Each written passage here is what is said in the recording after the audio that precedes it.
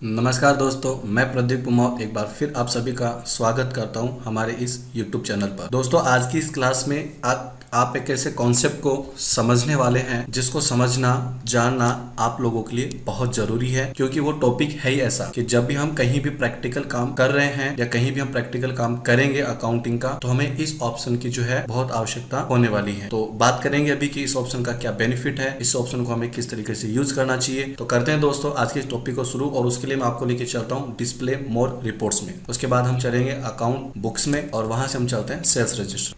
Sales register में जाने के बाद आप यहाँ पर देख पा रहे हैं कि अप्रैल टू मार्च जो आपका फाइनेंशियल ईयर है उसका मंथली जो सेल है वो आपके सामने आ रहा है। आप ये देखना चाहते हैं फरवरी जो मंथ है उसकी सेल है 33,23,638 रुपए। तो इस सेल के बारे में थोड़ा आप और डिटेल चाहते हैं, आप यहाँ पर क्या करते हैं, एंटर बटन प्रेस करते हैं। तो जैसा कि आपने यहाँ पर देखा कि आपका ये जो सेल है 33,23,638 रुपए जो कि टोटल सेल यहाँ पर बता रहा था, जिसको हम यहाँ पर देख रहे थे बैक साइड में पीछे वाली स्क्रीन के ऊपर, इस स्क्रीन के ऊपर।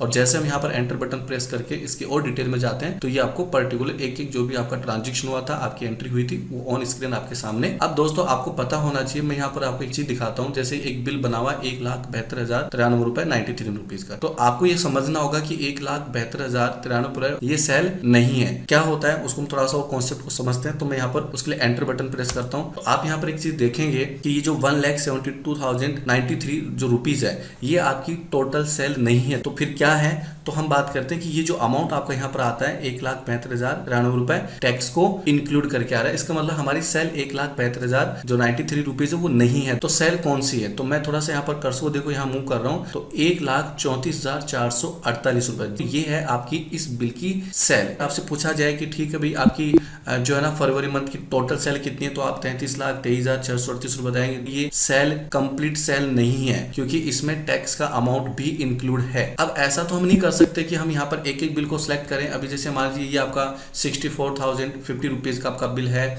जिसमें आपने माल बेचा था मुकेश शर्मा को। तो आप इसका भी जो है ना पर्टिकुलर थोड़ा एक डिटेल देखना चाहते हो तो आप यहाँ पर एंटर बटन प्रेस करेंगे तो आपको पता चलेगा कि 64,050 रुपीज हमारी टोटल सेल नहीं है, यानी इसमें टैक्स भी शामिल है दोस्तों। तो यदि हम एक पर्टिकुलर सेल की बात करें कि भाई हमने माल कितने का बेचा, तो वो था 54,280 रुपीज का, ये हमारी सेल है। ठीक है, जो हमने माल बेचा वो बता रहा है दोस्तों। तो अब हमें आज का जो कॉन्सेप्ट है उसको बहुत अच्छे से क्लियर करना है। तो दोस्तों आपको यहाँ पर क्या करना है कि आप किसी भी मंथ की जो आप सेल देखना चाहते हैं आप उस मंथ को आप सिलेक्ट कीजिएगा और उसके ऊपर आपको एंटर बटन प्रेस करना है, राइट। जैसे अभी मैं फिर वापस यहाँ पर फरवरी पर एंटर बटन प्रेस कर देता हूं। अब यहाँ आने के बाद आज आपको एक नई चीज ये सीखनी है कि आप यहाँ पर F7 की प्रेस करनी है। अब देखो जैसे आप F7 की प्रेस करेंगे, एक आपका 7 नंबर का वाउचर बना हुआ है 1,72,093 रुपीज का, 93 रुपए का। तो यहाँ पर मैंने बताया ये आपका क्या दोस्तों ट्रांजैक्शन वैल्यू है। ये वो वैल्यू है जिसमें आपने जो माल बेचा है, आपकी जो सेल है वो भी इंक्लूड है, और साथ साथ में इसके ऊपर आपने जो जीएसटी प्लस किया, आपने जो टैक्स प्लस किया है वो टैक्स भी इसमें इंक्लूड है। जब हमारी सेल और उसके ऊपर टैक्स प्लस हो जाता है और जो टोटल अमाउंट आता है तो आप यहाँ पर नोट करें यदि आप नोट्स बना रहे हैं। तो अब आगे जो नया हम कॉन्सेप्ट यूज करने वाले हैं, किसको यूज करके, F7। अब आगे आता है ग्रोस रेवेन्यू। ग्रोस रेवेन्यू का मतलब होता है कि भैया आपने माल कितने का बेचा, 1,72,093 रुपीज में आपका टैक्स भी शामिल है और आपका जो माल बेचा उसकी वैल्यू भी शामिल है। तो माल आपने कितने का बेचा, ग्रोस रेवेन्यू। और ये ग्रोस रेवेन्यू यहाँ भी आपको दिखाई दे रहा है, ठीक है। बट हम एक एक एंट्री के ऊपर प्रेस करके तो नहीं देख सकते, वो तो पॉसिबल नहीं कि हम ऐसे एक एक एंट्री पे प्रेस करें। देखो ये देखिए 16,144 रुपए या 19,050 रुपए। तो एक एक पर्टिकुलर एंट्री के ऊपर एंटर बटन प्रेस करके हम डिटेल देख तो सकते हैं, लेकिन प्रॉपर तरीके से हमारी जो रिपोर्ट तैयार होनी चाहिए वो नहीं हो पाती। एक बहुत अच्छी चीज आपको यहाँ पर सीखनी है कि भैया आपने जो 1,34,447 रुपए और 56 पैसे का जो आपने माल बेचा है, जो आपका ग्रोस रेवेन्यू है, इस माल को आपने कितने में खरीदा था, आपकी कॉस्ट कितनी थी, आपकी लागत कितनी थी, आपका खुद का खर्चा कितना था, वो आपका यहाँ पर आता है जो कि लिखा हुआ 1,22,000 रुपए। इसका मतलब ये हुआ आपको यहाँ से एक चीज ये समझ लेनी है, हमने यहाँ पर ये जो बिल बनाया 7 नंबर का जो वाउचर हमने बनाया, उस माल को हमने खुद ने कितने में खरीदा था, हमारी कॉस्ट कितनी, हमारा खर्चा कितना था उसके ऊपर, तो दोस्तों वो था 1,22,000 रुपए। और 1,22,000 रुपए का माल आपने 1,34,447 रुपए 56 पैसे में बेच दिया।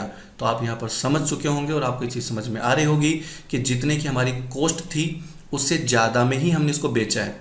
तो कितना ज्यादा अमाउंट हमने लिया, तो दोस्तों वो हमने लिया 12,400 47.56 रुपए। इसको हम दोस्तों यहाँ पर कहते हैं ग्रोस प्रॉफिट। क्या कहेंगे? Gross profit. ग्रोस प्रॉफिट भी इसी को कहते हैं और ग्रोस मार्जिन भी इसी को कहते हैं। और साथ साथ में ये भी बताता है कि भैया आपने ये जो माल बेचा इसके ऊपर आपका जो ग्रोस प्रॉफिट है, ये तो अमाउंट आपका यहाँ पर आ रहा है और ये कितना परसेंट है, तो ये परसेंट भी आपको यहाँ पर दिखेगा जो कि आपका आ रहा है 9.26%। ठीक है, तो इस तरीके से मैं उम्मीद करता हूं कि मैंने यहाँ पर जो आपको की बताया F7, इस F7 की को आप प्रॉपर तरीके से यूज करेंगे